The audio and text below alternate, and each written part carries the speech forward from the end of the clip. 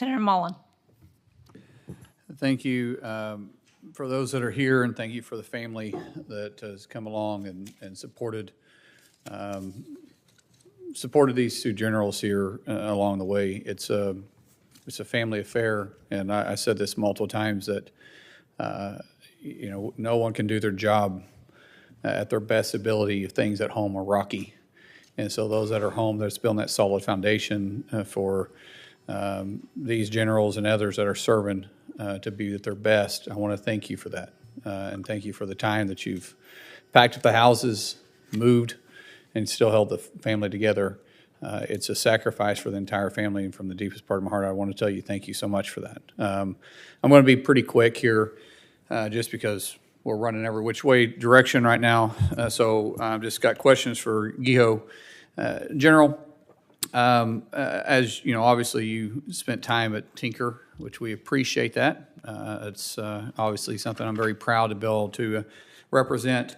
I'd like to ask your best military advice on issues you know from your time at Tinker Air Force Base and your long career in the air battle management.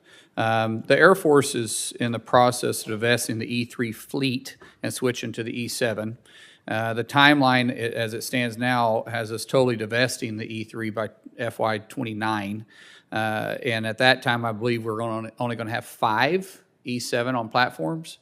Are we concerned about the mission capabilities and the gap that might be taking place at that point? Senator, thanks for mentioning my time at Tinker. I had 3 assignments there and loved the base, the people, and the mission. And the E3, I have a lot of experience in the E3, right. All over the world. Great capability, but it does need to be replaced by the really? E7, and I appreciate the Air Force and Congress's help in doing that. The gap that you mentioned is similar to the ballistic missile defense gap that we've talked about. Right. It has to be managed very, very carefully.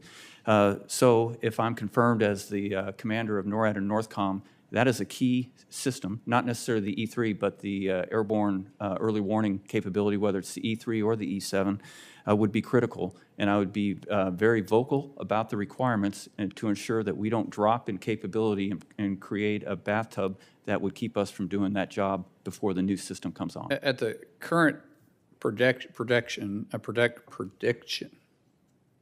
current rate to which we're going, sorry, I didn't have my coffee this morning.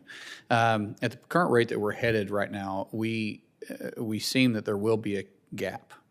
And Senator Langford and myself have an amendment in the NDA that hopefully is going to be helpful to fulfilling the mission while we're making the transition to the E7. And I agree, the E3 has had a wonderful shelf life and has performed its mission well.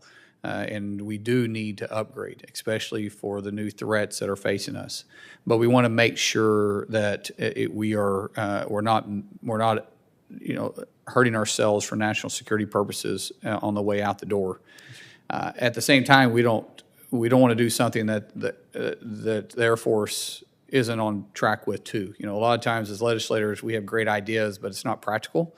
We want to make sure the amendment we have is actually practical, and so. I'd love for you to follow up, and if you're not familiar with the amendment, take a look at it because it's moving now.